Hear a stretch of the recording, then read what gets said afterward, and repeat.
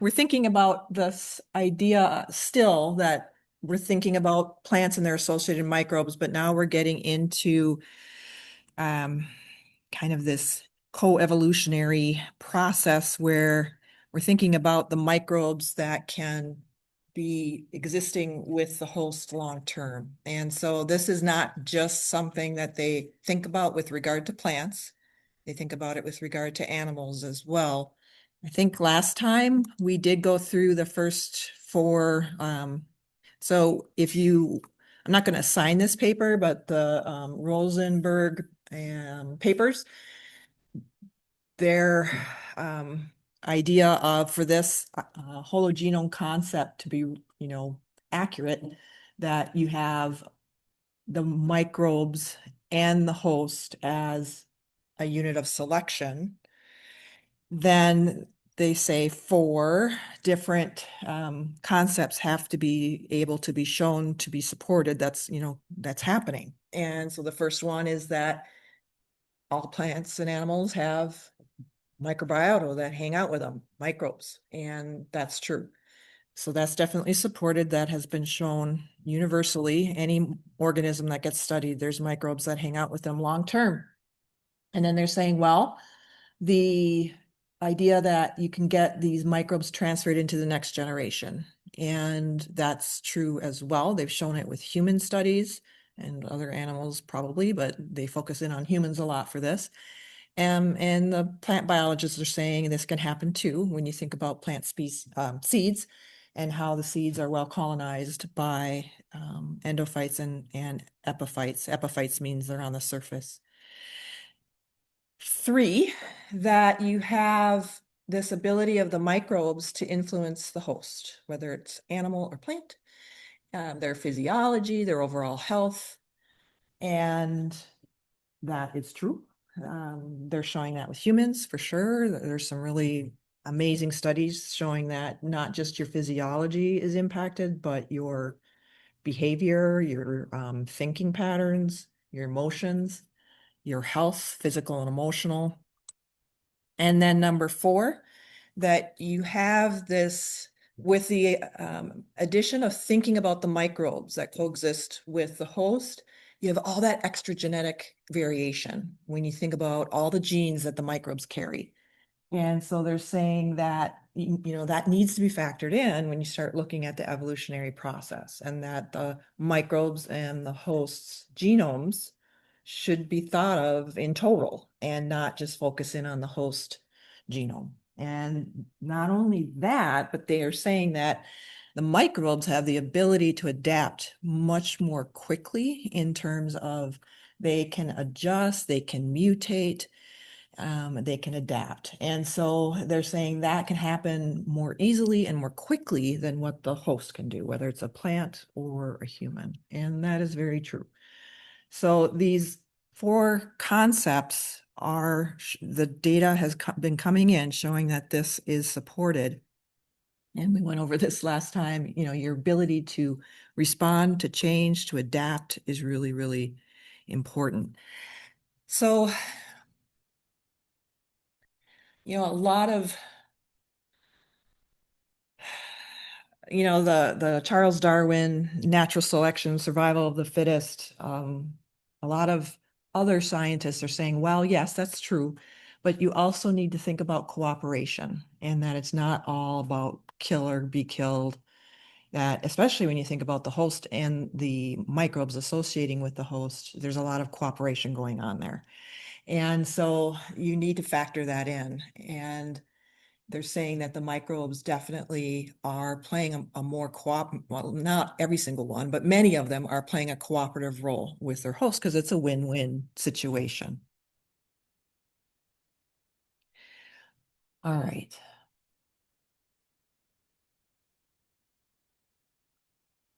So this idea that the microbes that hang out with the host have all this extra, all these genes that you need to think about, that provides a lot of variation. And if you think back to your evolution class, that first bullet point, they probably covered pretty well. Variation is the raw material for evolution. Without that, you can't have evolution. You got to have some variations so that you can get evolution, speciation, diversification. So when you look at the microbes that hang out with the plants, they can do that through this process called microbial amplification, which can provide a lot of variation. And so this is really, this is basically saying that all the microbes that hang out with the host have all these genes. And, when you look at the microbes that hang out with the plant, it's not a static situation. You have thousands of species that hang out with the plant. They can vary over time depending on what the plant is being challenged with in its environment. Some of the microbes may persist and very strongly, and maybe their population levels go up in the host. Others may crash for a bit. And so you have to consider that this is a very dynamic situation depending on what's happening in the plant's life. And so gene amplification is like they say, well, what if something happens, for example, that causes a certain species in the plant body to increase? Then all those genes from that species is amplified. And so that's what they're getting at with this idea of microbial amplification, that you have this ebb and flow, I guess, of the microbes that hang out with the plant, and you need to think about that. And sometimes certain genes are in really high copy number because of that. They're also saying that you can see that the plant can acquire new species over time. So as the plant is living its life, you can get new microbes that will start interacting with the plant. Some will stay on the plant, some will go inside the plant tissue. And so that could be a source of entirely new genes that the plant's microbes didn't have, they didn't have those. And so that's another thing to think about that can provide variation. And then horizontal gene transfer, for those of you who have not had a microbiology class, that is a whole topic in and of itself. But basically, this horizontal gene transfer is this idea that you can have genes from one microbe being transferred into another very readily. So let's say, for example, the plant's living its life and a new soil microbe gets onto the roots and then goes endophytic, goes inside the root tissue and starts interacting with the resident microbes that are already in the roots.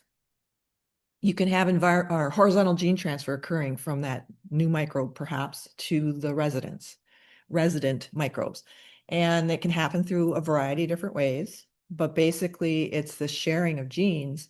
And it might be the situation where that new microbe that's gotten into the root can share genes that the resident microbes don't have. And so you have these unique genes coming in. And they're finding that this can happen quite a bit with endophytes, that you can have this horizontal gene transfer going on. So all of this is providing variation of the genetic material for the plant and its associated microbes. So this is the 4 concepts that we went through on separate slides. I just put it all into one slide, so it's a little easier to see it in one snapshot look. Okay.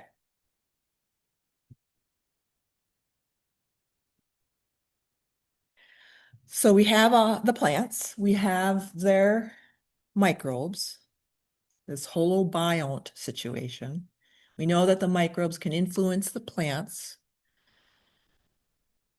So then start thinking about, how is this going on? And I'm sure you've heard of Lamarck at some point in evolution class. They had to have covered it. So we need to think about this a little bit. So I don't know about you, but when I took an evolution class, the professor of that class was talking to us about the Lamarck ideas and was very, I guess making fun of it would be the way to summarize it. They were making fun of it, that this is ridiculous. But I'd like to step back a little and say, is it? Under certain strict conditions. So let's think about this. So the Lamarckism idea is this use and disuse principle. And I don't know about you, but they tend to give the giraffe example as the classic idea, where Lamarck said that you had a giraffe that had a short neck, but then it needs to reach the leaves on taller trees. And so the neck elongates and then passes that on. So, you know, in looking at that idea where a giraffe, the whole organism is doing that, is stretching its neck as it lives its life. Yeah, no, that hasn't been supported. So what we tend to say is, you know, Charles Darwin and the natural selection. So natural selection is on the left versus Lamarckism on the right. And so what Darwin would say in response to Lamarck is, no, the giraffes aren't stretching their neck in one generation. What's happening is there's going to be variation where some giraffes have a taller neck, others not so tall, and the taller neck giraffes survive. And so they pass that trait on to the offspring. And so, you know, and that's what is supportive. You know, there's a lot of data to support that. On the right with Lamarckism, it's saying, well, these shorter giraffes, they can't reach the branch, but they somehow grow a longer neck in one life, you know, in their generation, and then that gets passed on. And so, no, but this idea of so Lamarckism, that giraffe example that Lamarck was pointing to, that's called acquired characteristics. If you look at Lamarckism down at the microbe level with the microbes and, you know, that are part of the holobiont idea, it does fit. All right. And so they call it neo-Lamarckism within a Darwinian framework. And so use and disuse principle. There are microbes that the plant will acquire that can be beneficial, and those get passed on to the next generation. There are microbes that get acquired that aren't beneficial and they're disused. They're, you know, they're not going to get passed on. And so when you look at it at the microbial level and how easily microbes can get with the holobiont, you know, some microbes that aren't beneficial to the plant will not persist. Others that are beneficial to the plant persist. And so this use and disuse principle does, you can see how it could fit from that perspective. So you think a little bit about that. And then this second point, epigenetics, which we'll get into a little bit later. But if you've taken genetics class, BI 312, I'm pretty sure they get into epigenetics in that class. It's to some level. But this is the idea that the microbes are actually, that are part of the holobiont, the microbes are actually part of that epigenetic variation that the plant will experience. And so, by the way, epigenetics, that idea here, this bullet point, inherited changes in the phenotype caused by mechanisms other than changes in the underlying DNA. That's the definition of what epigenetics is. And microbes can exert an epigenetic effect on the plant host. So they can actually cause a shift in the plant phenotype. And so we'll look at how they're doing that in a little bit more detail a little bit later. So plants definitely are influenced by their coexisting microbes. We've already gone through that. We understand that there's microbes hanging out in the rhizosphere. I can't remember if I introduced or defined rhizosphere. I don't know that I officially defined it. Rhizosphere, if you look up the definition, I think they're still defining it as that area of the soil influenced by the root. That area of the soil influenced by the root. That's the definition of a rhizosphere. And rhizo is referring to root, something root-like or roots. Okay, and so we know that the soil right around the root zone is influenced definitely by the roots. The roots tend to be leaky. They leak out all kinds of different exudates that can attract certain microbes and inhibit others. We've talked a little bit about mycorrhizal fungi and the tight symbiotic role that they have with their plant partner. We've talked about PGPRs and PGPMs, same thing. The plant growth promoting rhizobacteria, that very broad umbrella term, really. The mycorrhizae, I suppose, could fit under that as well. And so you have all that going on. We've talked a bit about that.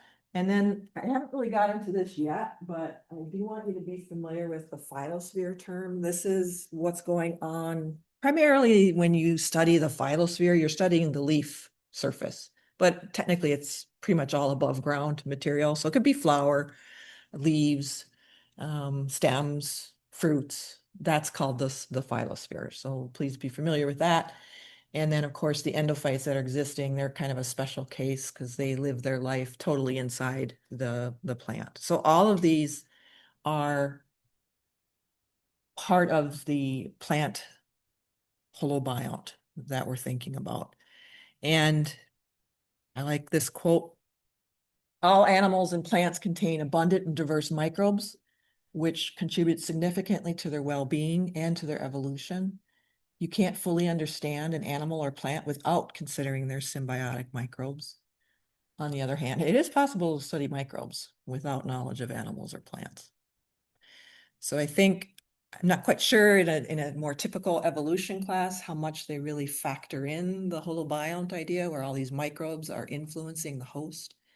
But now more than ever, I mean, the data is so strong that the microbes in any organism on this planet, there's microbes in and on them, and they are definitely influencing the host in many ways. And we still tons to discover and learn about. And so this idea that you have to consider both the host and the microbes that coexist. And even to the point of the microbes that are part of the holobiont are influencing speciation. And so they've done experiments to show this. So they've looked at, in 1989, there was an interesting study done with fruit flies where they started feeding one group of fruit flies on molasses, which is a nice sugar, and the other group of fruit flies, they were feeding them on starch. Okay, so remember now, fruit flies are colonized by microbes in their gut, in their intestinal tract. And so what you have happening here is the fruit flies that were getting fed molasses, the microbes were getting access and exposure to that, whereas the other ones were getting exposure to starch. Well, those microbes in those two populations, now that they're getting different food sources, that alters, there's going to be difference in their physiology. There's going to be differences in what they excrete out as waste products, which can influence the fruit fly host. And so basically, when they did this experiment, what they saw was that the molasses flies ended up preferring to mate with other molasses flies. And the starch flies wanted to mate with the other starch flies. And this is important because your mating preference, that is an early event in the emergence of new species. Okay, so they're linking it to who you prefer to mate with can result in speciation. Okay. And so what they did next is they said, well, this is happening too fast. It can't be the Darwinian, purely through the Darwinian process that this is happening. And so they said, recently, we were able to demonstrate that treatment with the antibiotic tetracycline abolished the diet-induced mating preference, suggesting that the fly microbiota was responsible for the phenomenon. So essentially, what happened was the tetracycline antibiotic killed the microbes in the gut of the fruit fly. And then that went away, this preference, this mating preference. And then they said we could confirm it then when we showed that infecting antibiotic treated flies that didn't, all their normal microbes were killed off by tetracycline. we added in L. plantarum, which is a microbe from the starch flies, it reestablished mating preference. And so again, they were trying to show with this pretty simple experiment that the presence of these microbes with the host had a profound influence on mating preference, which can then influence the process of speciation. And so I thought really simple study, but really nicely done to get some really solid data. And so they say that if you want to know, I'm not going to like quiz you on this, but what they suggested was going on is that the L. plantarum bacteria was shifting the cuticular sex pheromones of the fruit fly. And so they're saying the fact that the bacteria could contribute to the odor of animals makes it likely they play a general role in mating preference. So that's a pretty strong link there of they're influencing the odor, which is directly involved in mating preference. So kind of makes you wonder what your own microbes are doing for you with your mating preferences. They said it also played a role in their post-zygote stage reproductive success. So this was with wasps. Basically, they said when you had different wasp species, when you try to crossbreed them, the hybrids would die during the larval stage. If you gave antibiotics, then that didn't happen. And so basically they're saying the gut microbiome and the host genome was a co-adapted hologenome that breaks down during hybridization.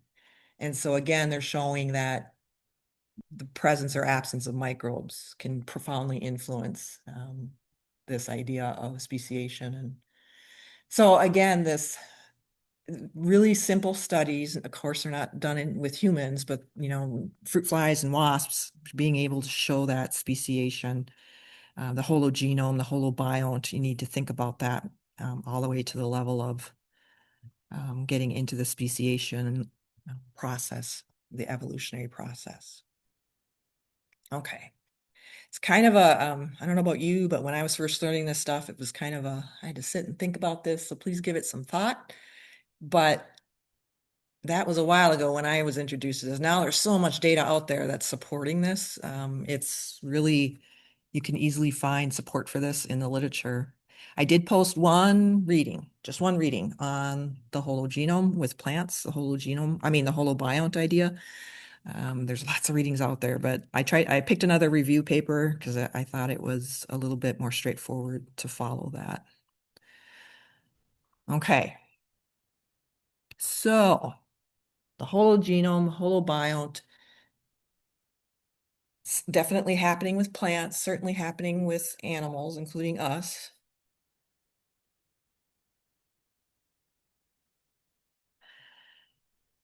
The next topic I wanted to get into is did I post it?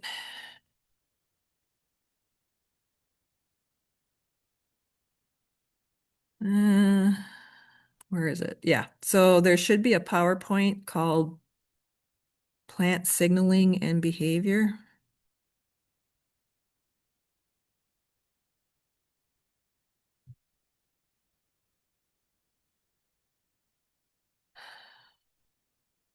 So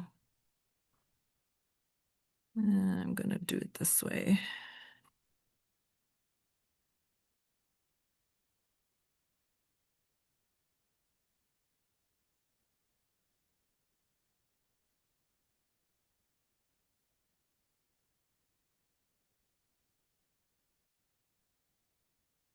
Okay.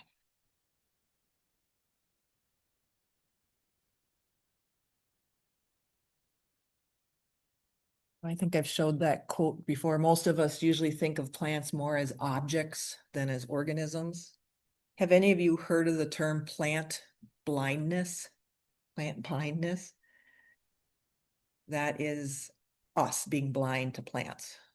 They've done some interesting psychological studies on that, I guess, just showing that humans tend to not think about plants as living.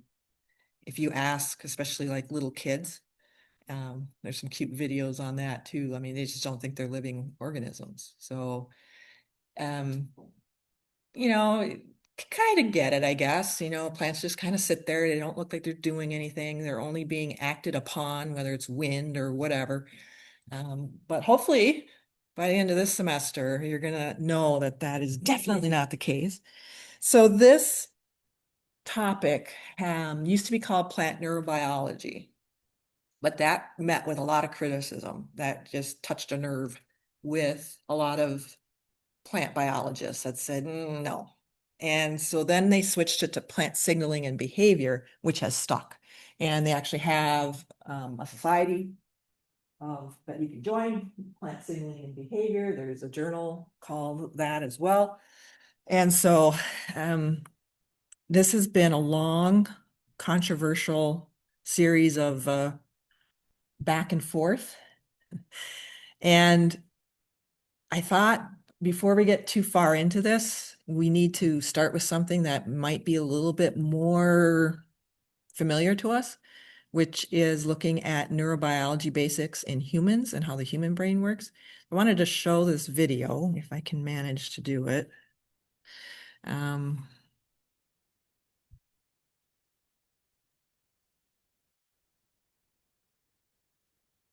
see if I can. Ugh. All right. Has anyone taken a neurobiology class? No? Me neither. Me neither. So we're all in the same camp here. So I mean, the last time I thought about human or animal brain that like a formal class was probably my undergrad life back in my freshman year. But I've had to think about it more lately. And so let's see if I can.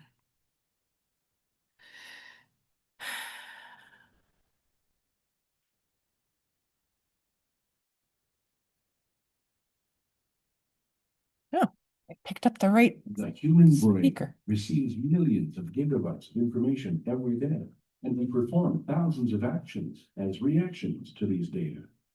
We receive information from the external world via our five senses.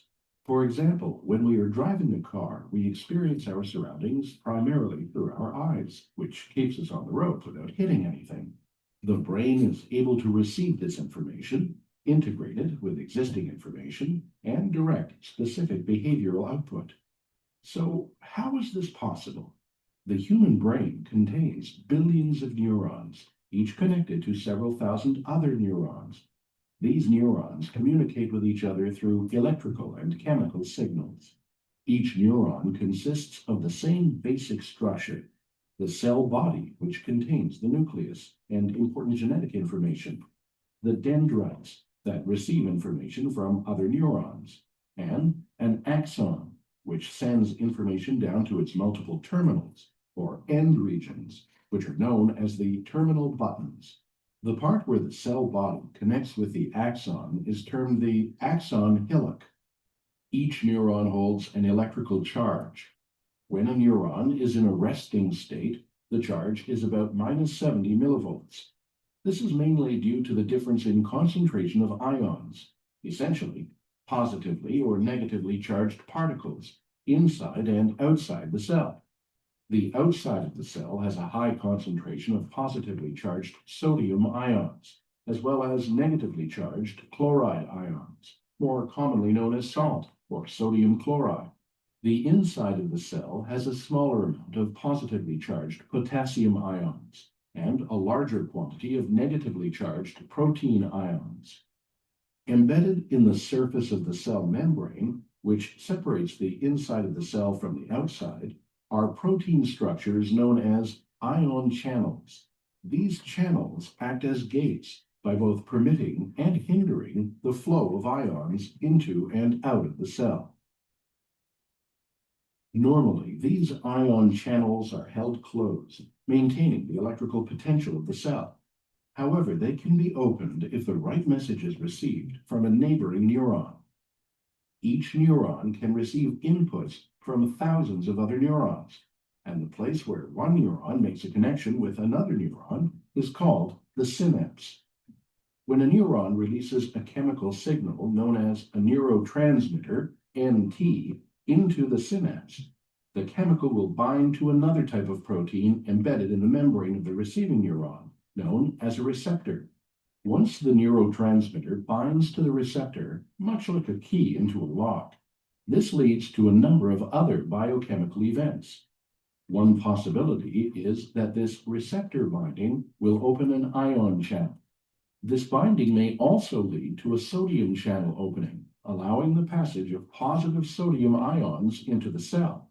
As these ions are positively charged, the area around the channel will also become more positively charged. This small change in the membrane is called an excitatory postsynaptic potential, EPSPs. Similarly, it is also possible that part of the cell becomes more negative, for example, by influx of negatively charged ions. This is called an inhibitory postsynaptic potential. If enough positively charged ions enter the cell, thereby resulting in more excitatory postsynaptic potentials, and the membrane potential reaches a threshold of excitation at the axon hillock, this will trigger an action potential. The action potential is essentially a brief increase in the permeability of the membrane to sodium, immediately followed by a brief increase in the permeability of the membrane to potassium. Once an action potential is generated, it propagates all the way down the axon to the terminal buttons. In this sense, action potentials fire in an all-or-nothing fashion. Once triggered, it will continue all the way down the length of the axon to the terminal buttons. It is important to note that while EPSPs are small, local, and contain graded changes in the membrane potential from more negative to more positive, an action potential is a brief but larger reversal in the membrane polarity. Once the action potential reaches the terminal buttons, this change in membrane polarity causes calcium channels, normally held closed, to open and allow calcium into the cell. Calcium then acts as a signal to release the neurotransmitter substance, which is docked at the presynaptic membrane via exocytosis. The neurotransmitter then binds to the postsynaptic receptor, and then the cycle begins again. So the cells in our eyes receive input and send a message to the cells in our motor cortex to send yet another signal to the cells connected to our leg muscles that will hit the brakes. I just laugh every time I see that. That's all going on right now in your brains. Kind of hard to fathom. So did you get all that? Don't panic. I won't be quizzing you on the details of that, but let's try to retain that, at least some of the bigger ideas in there as we work through some of the material. All right, let's go back. Whoops.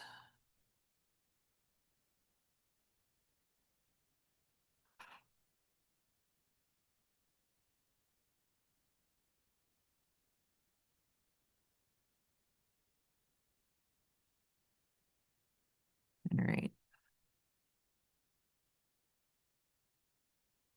Come on now.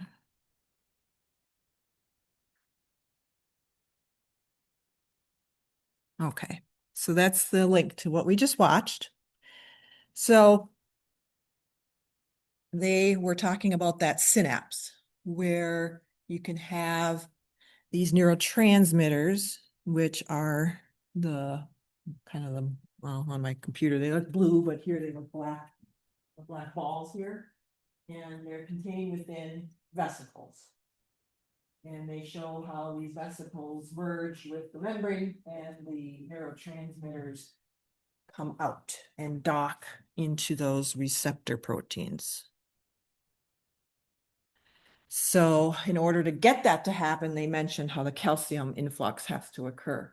And so that's what is being shown there on the left. And the vesicles that contain the neurotransmitters. Okay. So this terminology, the vesicles, the calcium flow, the synapse, we're going to get into that. And how you have this relay of information, those neurotransmitters go to the next cell and dock into the receptors there, which then allows for that cell to respond. So the basics of animal brain action, the neurons, how the nerves work. You look at a plant, obviously a plant doesn't have a brain. And so that's one reason why the term plant neurobiology was met with a lot of criticism, because it made it sound like plants have brains. And that's not at all what the scientists meant when they proposed that idea. Certainly they recognize plants don't have brains. And so this is a quote taken from one of the early papers by Beluska and Mancuso. "We do not take for granted that animal brains and synapses in any dogmatic sense, but rather use terms such as brain-like plant command center and plant synapse in plant-specific senses in the context of plants and their organs solving their own plant-specific problems." So, we saw a human-specific problem in that video of didn't want to hit the cat. The poor cat was in the way, didn't want to hit that, So let's think about plant-specific problems. Is there a way that they can carry information and relay information to change their, assess what's going on, alter their behavior that might be similar at all to how nerves in a brain do that, neurons in a brain. And so if you look at the idea of neurobiology loosely defined, so again, this is taken from some of Mancuso's work. He says all biological systems or organisms are embedded within a physical environment that shapes their organization and behavior. Absolutely, that's true. To survive, all biological systems need to effectively retrieve information from their physical environment. Yes, absolutely. Neuronal activity is essential to translate information sensed concerning the environment into electrical impulses, which are then capable of rapid transformation into biological signals that induce motoric responses. So movement, in that case, motoric responses. So this is how they were thinking about it when they were thinking about this idea of plant neurobiology. And they said, if you think about it this way, plants fit this. They do 1, 2, and 3. So they were saying in their earlier work, and this was proposed, yes, there's data and plenty of studies out there. Plants continually assess their environment. We know that. In fact, a lot of their genome is devoted to this. They can communicate. That has been shown. Whether it's from cell to cell inside their body, they can do that kind of communication. They can go bigger and do plant-plant interactions, which we'll definitely talk about in this class. They can do plant-animal. Again, we're going to cover that. And we've already looked at the idea that they can do plant-microbe interactions. And the plant molecular biologists have actually looked at all the genes that, most of the studies, by the way, are, at least the genetic studies, are often done in Arabidopsis. That's a small weedy looking plant of the mustard family, I believe. And so they've done a lot of genome diving and looking at it and saying that, yes, a lot of the genome, a significant portion, is devoted to to support these processes. So how are plants doing all this, assessing their environment, interacting with their environment, and then responding appropriately to that? Well, part of it can be cell-to-cell communication within the plant body. And this is chemical communication going on. And one of the major players that this group points to is the hormone auxin, which is actually, there's a bunch of different auxin chemicals that belong into this group of hormones. So technically that should be an S on the end of auxin, because there's many different auxin hormones. But the plant makes indolacetic acid as its main, I'll show you that in a minute, as its main auxin type hormone. So there's chemical signaling, and they've studied auxin probably the heaviest, but there's others. And then there's electrical signaling. And this started out to be controversial, but they can now show that to be the case. So, okay, so they're saying, yep, we got this communication going on in the plant body. They can generate and transmit electrical signals. And when you look at that, they are like action potentials, just like what they were showing in the video with the neurons in the brain.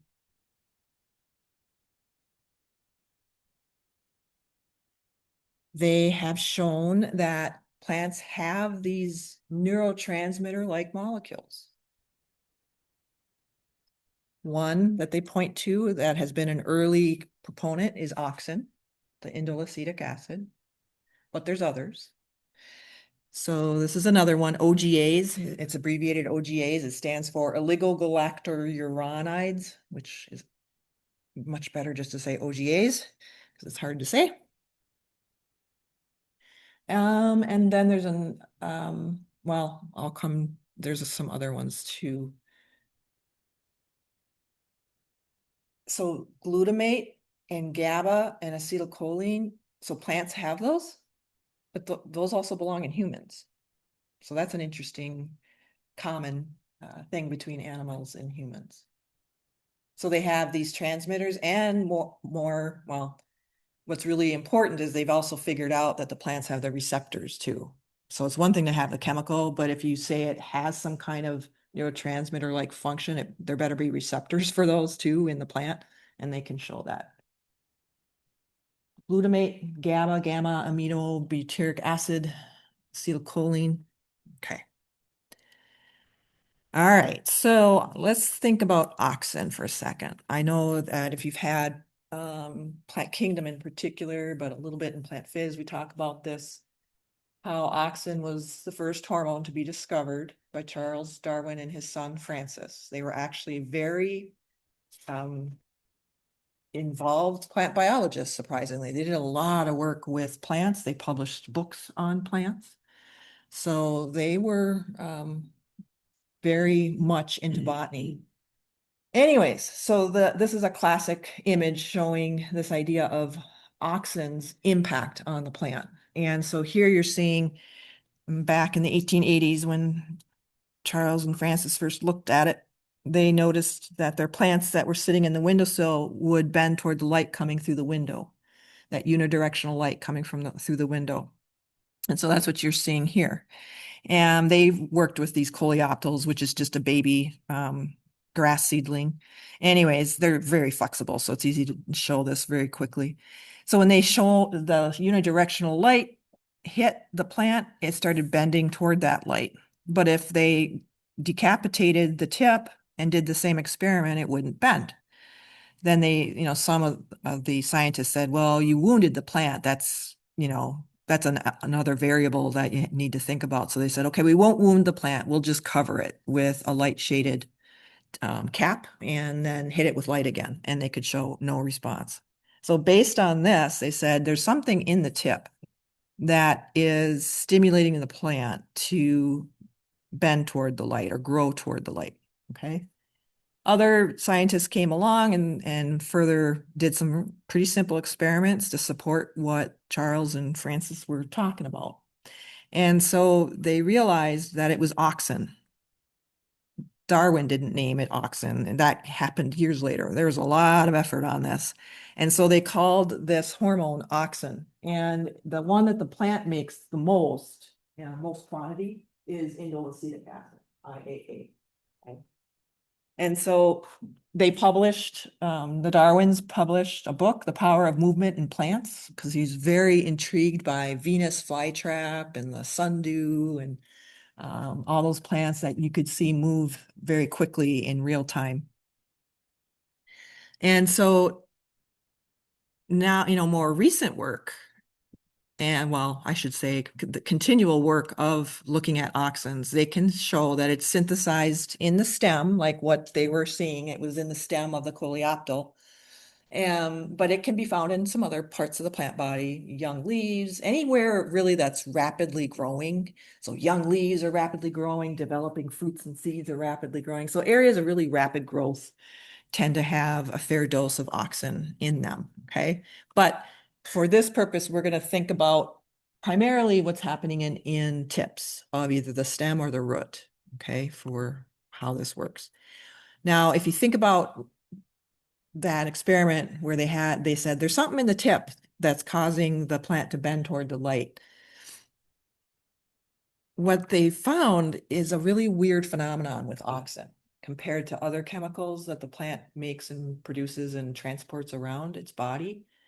Auxin shows this property called polar transport, which means that it moves from this, like, let's look at the stem tip. It moves from the stem tip down the stem to the base. So apical to basal, all the way down to where the stem meets the soil line. Okay, so that's apical to basal. No matter what you do, like if you take that stem and turn it upside down, it's still going to go stem tip to basal end, apical to basal. All right, so even if you turn the plant upside down, it's still going to flow apical to basal. They can show that auxin moves transmembrane from cell to cell. I'll show you a picture of this. And that it requires energy. ATP is needed to get this to happen. There needs to be specific carrier proteins in the cell membrane for auxin to get through. And it's independent of gravity, which just means, again, it's polar transport. No matter what way you have the plant oriented, it's always going to go from stem tip to the base of the stem.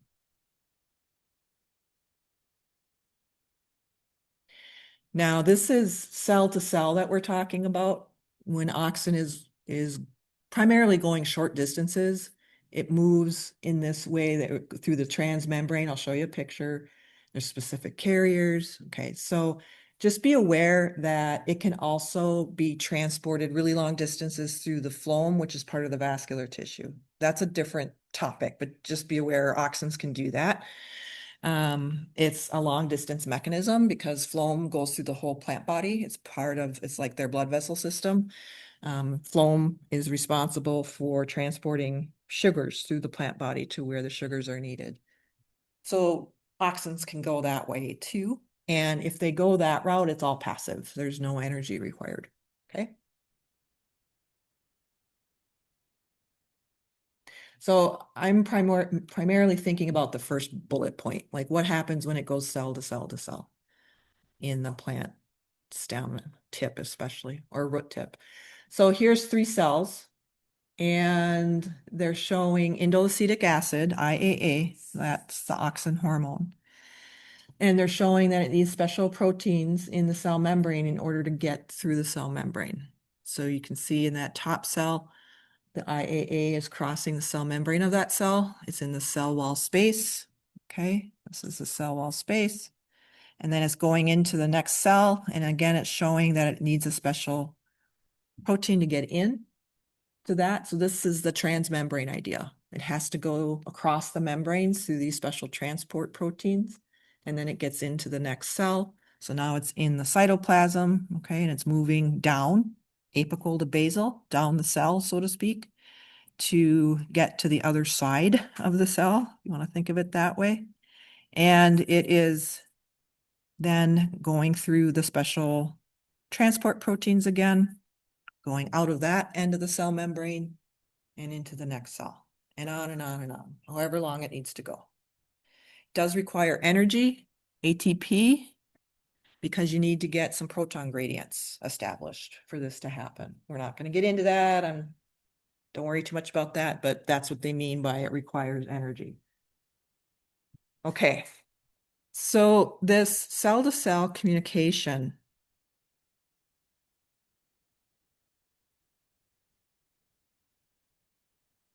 they're saying the way auxin works like that, like what we just described with that image, Jesus, it's echoing the idea of what we think about neurotransmitters and synapses and that type of idea, electrical signaling. And so they started to think about that a little more deeply, like could auxin and the way it gets transported, could that somehow be similar to the neuronal behavior that we see in animals?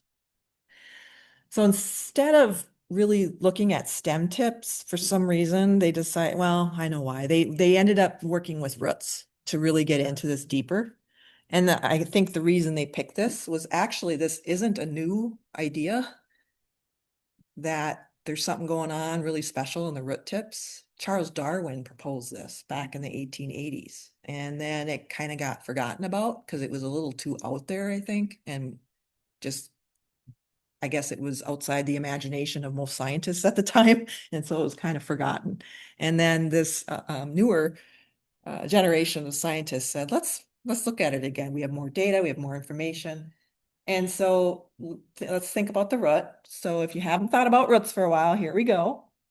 You have the root cap, of course, that's protecting the root tip from the physical friction of the sand or soil and all kinds of stuff in the soil. And probably the most useful information is on the far right, figure C, where you have the quiescent center. This is the root apical meristem.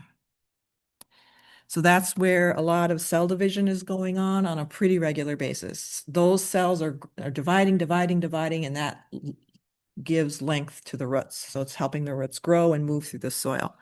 And then you have your zone of cell division going on here. Okay, so your zone of cell division, zone of elongation. All right, so we're zooming into this section of the root for what we need to think about. The next slide kind of helps with that. So that's from the previous slide, and then the figure on the right, they're saying the transition zone, which is not really being shown on the one on the left, but it's right, essentially it would be like right in there. And they've kind of blown it up here and called it the transition zone. Okay. So it's in that area where you have the activity going on that they're pointing to and saying, this is a lot like how nerves communicate with each other. So this is a root under the microscope. So again, this is the apical meristem. So we're in this region here that we're thinking about primarily. All right, so they're looking at that and thinking about, is there something going on there that is somehow or at least somewhat mimicking how nerves interact and communicate? All right, let's pause there and let's take a break. All right, so we're looking at the root apex, specifically the transition zone, and thinking about, does it have anything similar to what they see with neuronal activity and communication? And the answer is yes, there is some similarities going on. So they can show that there is electrical activity, pretty high levels in this area, and that auxins are being transported in this area as well, from cell to cell, like what I had showed you in that image. And so based on that, they started asking, could this be something like a brain-like command center? And basically they're asking, can this area do signal perception and then process that information and then respond to that information? Usually when a plant responds, it's often a growth response, but not always. Sometimes it's like the Venus flytrap where they, snap their leaves shut, but it's often a growth response. So basically, they started thinking about it like the brain-like command center in the root transition zone. So going back to this idea, the in between the cells there, they're saying that is behaving a lot like a synapse with how the auxin, the indolacetic acid, is moving through from cell to cell. And, well, I think it's in the next slide or the one after. This is a published paper where this was back in 2010, where they were coming up with this signaling response nexus, so the brain-like command center. And in this paper, again, they point to Charles Darwin and said that he came up with this first. He noticed this first back in the 1880s. And this area is the most sensitive zone of the root apex with respect to reaction to stimuli. More recent evidence by Beluska and Mancuso and others have shown that there's vesicle traffic going on in this area, which is what we saw in that video where the neurotransmitters were in the vesicles and getting transported through vesicle movement to the next cell. And so they're saying, yeah, we're even seeing that going on in this area as we're studying it. That on the top. Then you see this letter to the editor here, this one. It says questionable evidence for vesicles. So this is something we'll see as we work through a lot of the concepts in this class, is that there'll be a publication where a group of scientists say, look, we think this is going on. And then there'll be other plant biologists who will weigh in and say, no, that's ridiculous. And it's kind of a drama that can go on between the different groups depending on who the players are. So this kind of is going to be a theme through the semester. We're going to see that quite a bit. So, oh, I think I transposed. I think it should be strand, not that way. Anyways, Beluska and Mancuso saying, yeah, we do have evidence. Others are saying, no, not so much. And so there's debate going on with this. And they said, those end poles or the cross walls in that previous image, that area is behaving a lot like how synapses function. We have auxins and other neurotransmitters. It's an exocytosis process, just like what we see in neurons. It is calcium regulated. There's vesicles, well, at least some scientists say there's vesicles involved. And so this last bullet point, you don't have to memorize or think too deeply about. It's just a quote that they take from the paper. And they're saying if you do a broad definition of stable and asymmetric cell-to-cell contact across which information is relayed by local vesicle trafficking. Basically, that last bullet point is saying, broadly defined, this area of the root is behaving very much like neurons in like what we see with brain function. Right. And so they're not saying it's a brain. They're just saying there's a lot of similarities going on. And so this is, like I said, this isn't new. This was something that Charles Darwin, there he is right there. This is taken from I think from the book. It is hardly an exaggeration to say that the tip of the radicle, that's the root, embryonic root, thus endowed and having the power of directing the movements of the adjoining parts, acts like the brain of one of the lower animals. The brain being seated within the anterior end of the body, receiving impressions from the sense organs and directing the several movements. So he came to this hypothesis back in the 1880s. So this was taken from his book, The Power of Movements in Plants. And so the more recent studies are confirming that this is something that's plausible, but not without debate. And so they even look at the root system in totality and say, if you just look at the root system too, and look at how the internet behaves and works and functions, they often refer to that as having neuronal activity analogous to that.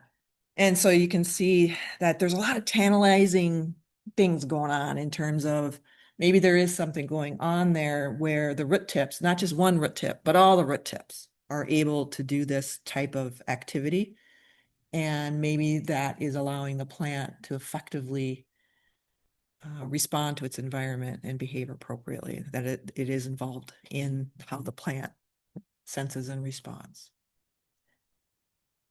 Sometimes when you talk about brain activity, and like if you read books on, humans compared to other animals and, is there intelligence in other animals and brain activity? They often bring up the topic of anesthetics and as anesthesia as kind of a litmus test to see if something does have true neuronal activity and brain activity. And so this is a paper, again, Beluska is part of this one, Anesthetics, Anesthesia, and Plants. And so this is something where they were thinking about, often when you point to brain behavior, you test it with anesthetics and see what's going to happen. Does anyone know can you see what the top right image is? What plant that one is?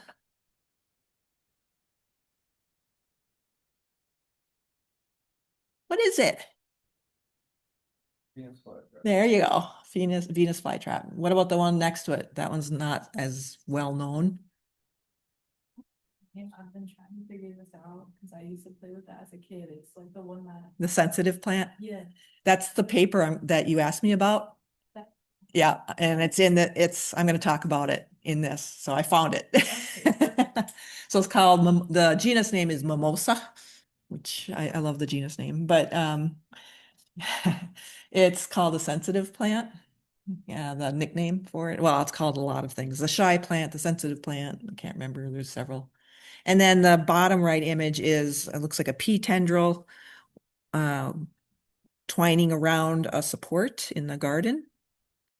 So they were, it'd be fun to be in their lab because they're like, let's try anesthetics on plants. And so they did that. And they're like, okay, so when we give general anesthesia, and it makes the leaf moving plants immobile. They won't move. So the Mimosa pudica, Venus flytrap, and so their action potentials just go away. They don't have any action potentials, which is what's causing the rapid movements that you see in those plants. And the twining action is partly action potentials.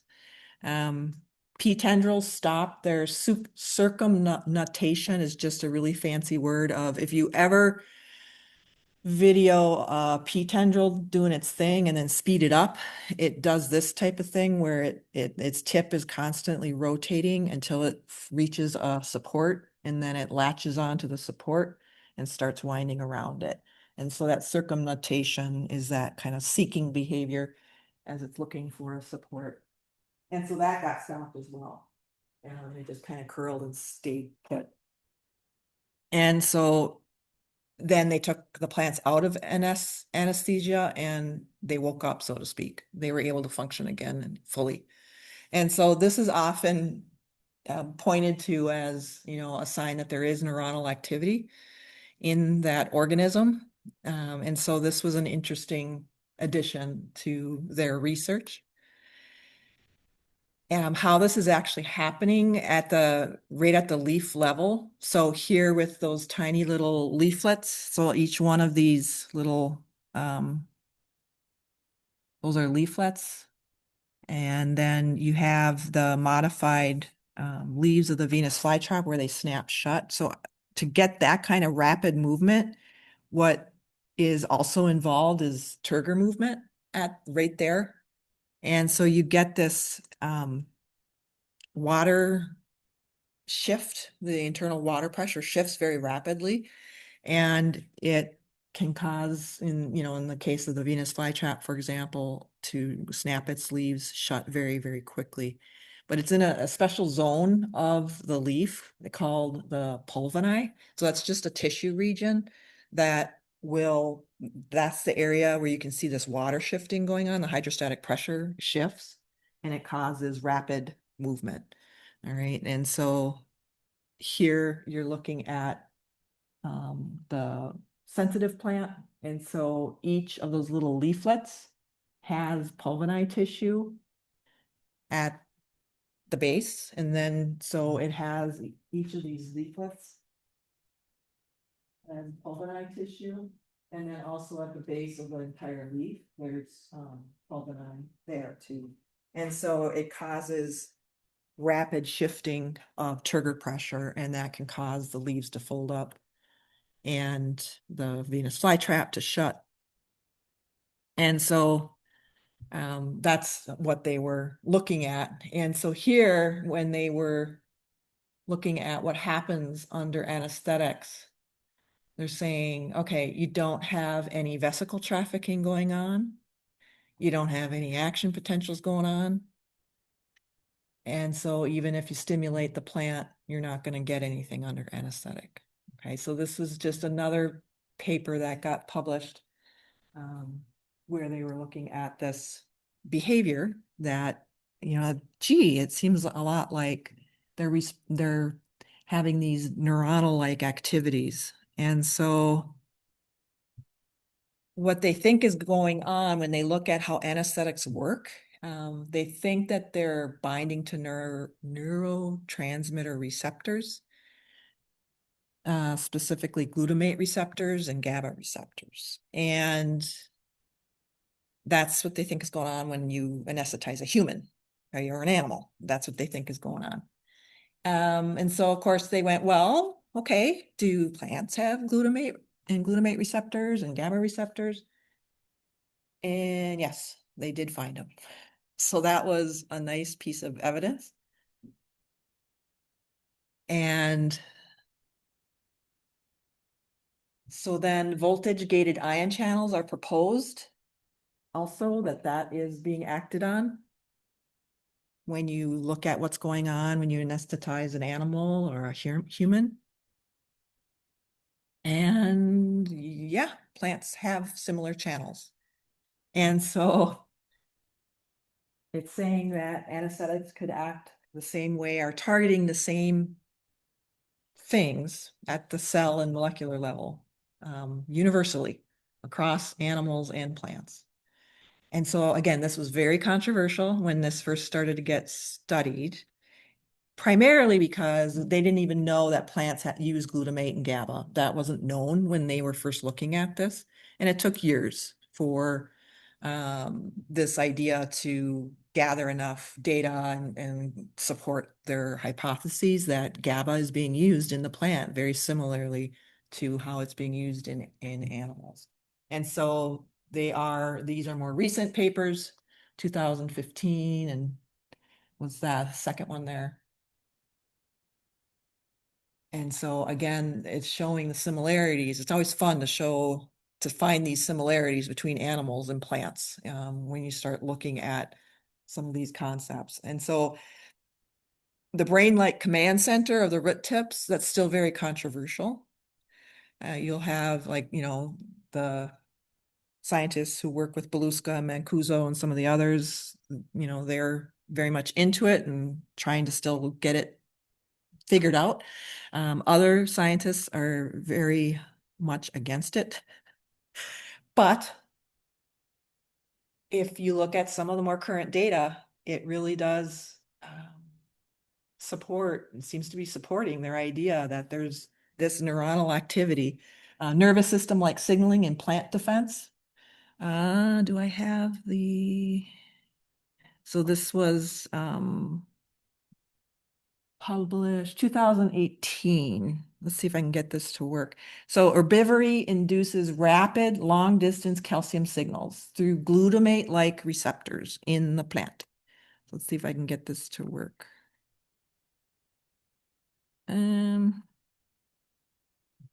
Okay, so this is just an image. I'm going to show the video. But this is a caterpillar is chewing on Arabidopsis at one point of the plant body. And then you're going to see this flow of calcium that they tagged with that dye. So let me see if I can get the video to actually play. And let me do that.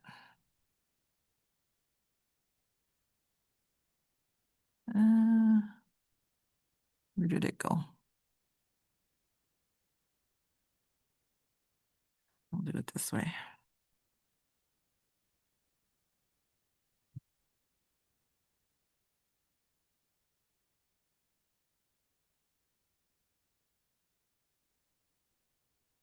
Yeah, it's bringing me to the wrong thing. Mhm. Yeah, that's the wrong one. Hang on, I got it here somewhere. Oh,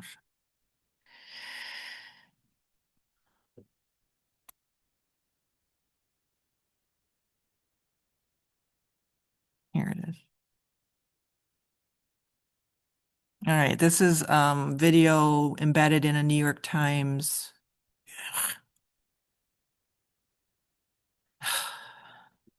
I gotta log in.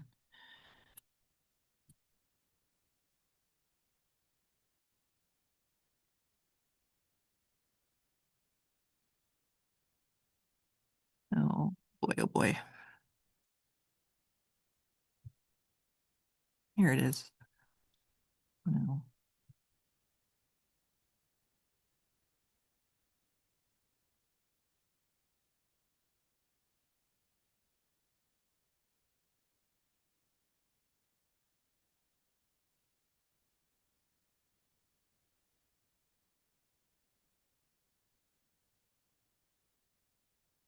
Oh my goodness. Sorry, I had to log in. It's not recognizing me. So now I gotta prove it's me.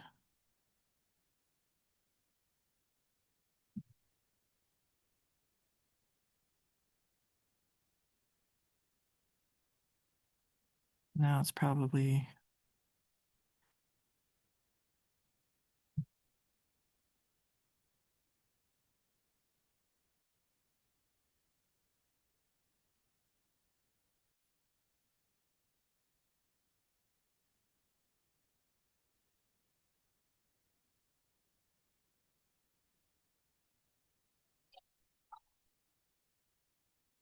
Seriously?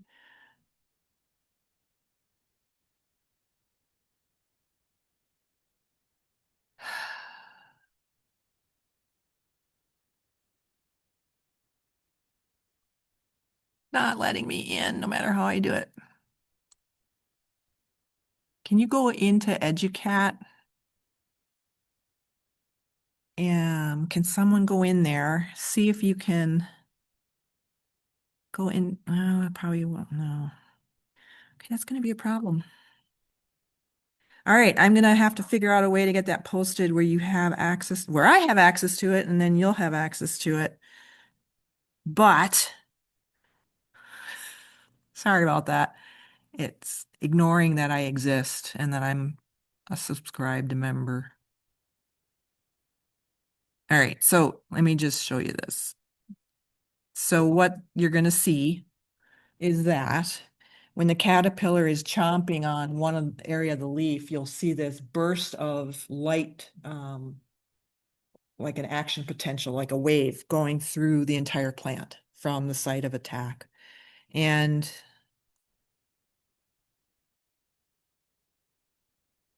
so whether they do it with a live caterpillar chewing or they just add a dab of glutamate. So in this video, they added a dab of glutamate and then they could see the whole plant response.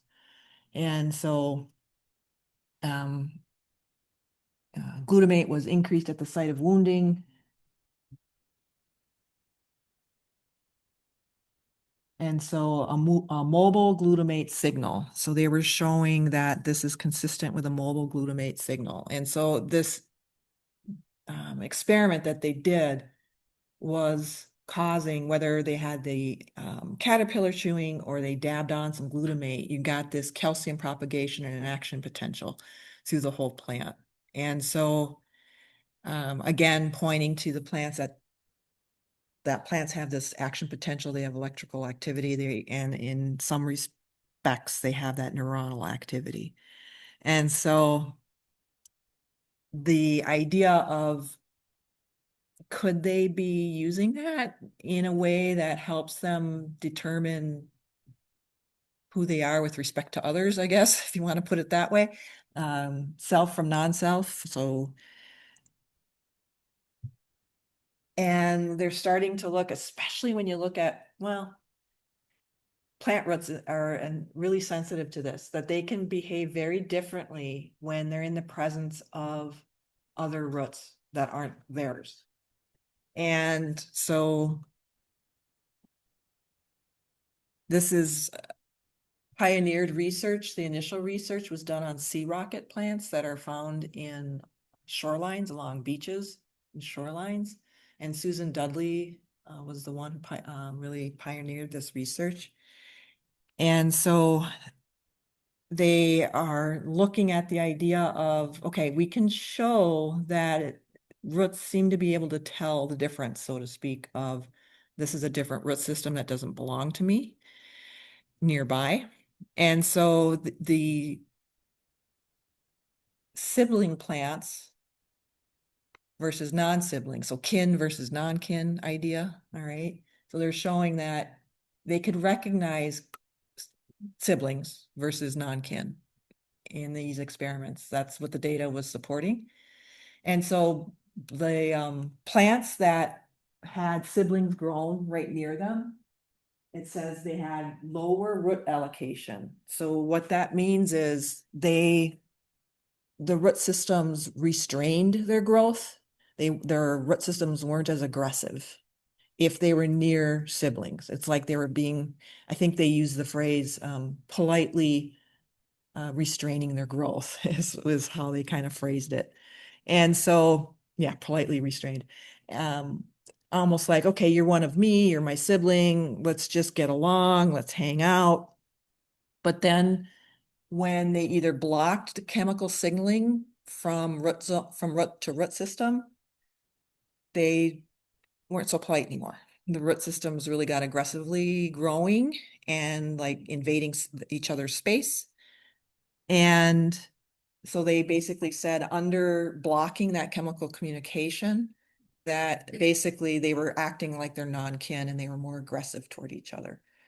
And so this idea that could there be neuronal activity, action potentials, could there be this kind of idea going on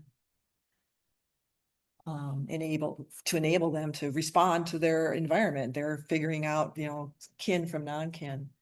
And so in plants, they're showing you definitely have action potentials going on. That is happening. And I wish I had that video to show you that. I'll show it to you next time. Many different plant processes, they've been able to show that. They can show that plants can move in response to these. It helps them move. Wound responses can do the same thing. When that caterpillar was chewing, for example, it allowed for this action potential to be set up and allow the plant to behave appropriately. They see it involved in the processes of photosynthesis and respiration, even in flowering. Okay. And so the idea that, okay, yeah, we can show there's action potentials. We can show that there's the same neurotransmitters we see in animals, we're finding in the plants. And they seem to, well, the synapse idea is still a little bit more nebulous. That's a big argument still. But some scientists are saying they seem to have what look a lot like synapses, and that plants appear to have memory, which again is met with a lot of criticism that how can plants have memory? So all of this work is, this idea where they first asked the idea of, well, do plants have their version of a brain? And then all of this data is coming out to support some of these ideas of there are action potentials and neurotransmitters and vesicles and receptors. And then it started, thinking about, well, can they use these processes to have a memory of some kind? And initially that was met with a lot of pushback, but some of the plant biologists are like, okay, well, let's think about it. What is memory? And so again, if you broadly define it as the capacity for organisms to benefit from their past experiences. So they have to be able to compare their past experiences to current and benefit from that. So to have a memory, you have to have perception. You have to retain that and then later retrieve it so that hopefully you can do something to stay alive or adapt better. So you have to form the memory, which they call encoding. You're encoding information. That's forming it. Then you have to retain the memory. That's storing it. And then you have to recall, and that's retrieval. And so if you talk to people who are into memory and brain functioning, they often use the word encoding, storage, and retrieval. So if you've ever taken a neuroscience class, you would see it expressed that way probably. So basically, if you have a memory, it should increase the fitness of that organism, especially if they can then modify their responses to the stimuli in light of their past experiences. So if they keep getting chewed over and over and over, you know, through the growing season by a bunny rabbit, if they can figure that out the first time, store a memory, and then retrieve it, so the next time the bunny rabbit comes along, they can use that information and be able to adapt more quickly. So thinking about this broad definition of what memory is, really, it's already been something that's showing up in the plant physiology textbooks, because when you say the word acclimation or hardening, that is a memory process. It's just plant physiologists often don't like to put in the word memory. But if you look at what acclimation or hardening is, that's when you have a plant over time responding to, often it can be like around here in the spring. If you have your tomato plants growing indoors, you have to acclimate them or harden them off, they say. So you have them growing in your house at 70 degrees. You have to gradually get them used to 50-degree weather in our springs here. And so you put them outside for like an hour, and then you bring them back inside. And then the next day you leave them out there for 2 hours and bring them back in. You're acclimating them. And this is the idea of there's, you know, oh, geez, I'm in 50 degrees, and they respond to that appropriately. And you keep doing that for longer and stretches. And that's the acclimation or hardening process. And that involves a memory of some sort to be able to accomplish that feat. Priming is another word that they use in plant physiology textbooks. They talk about priming.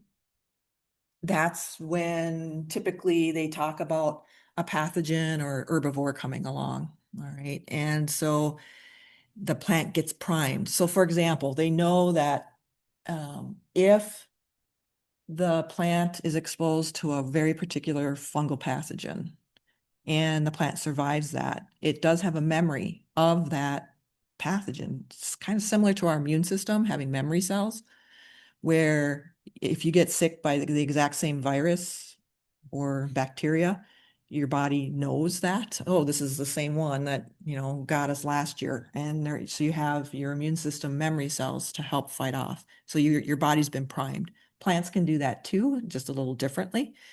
And so that's a form of memory. And then this conditioning, where you can condition plants, and they can respond to that.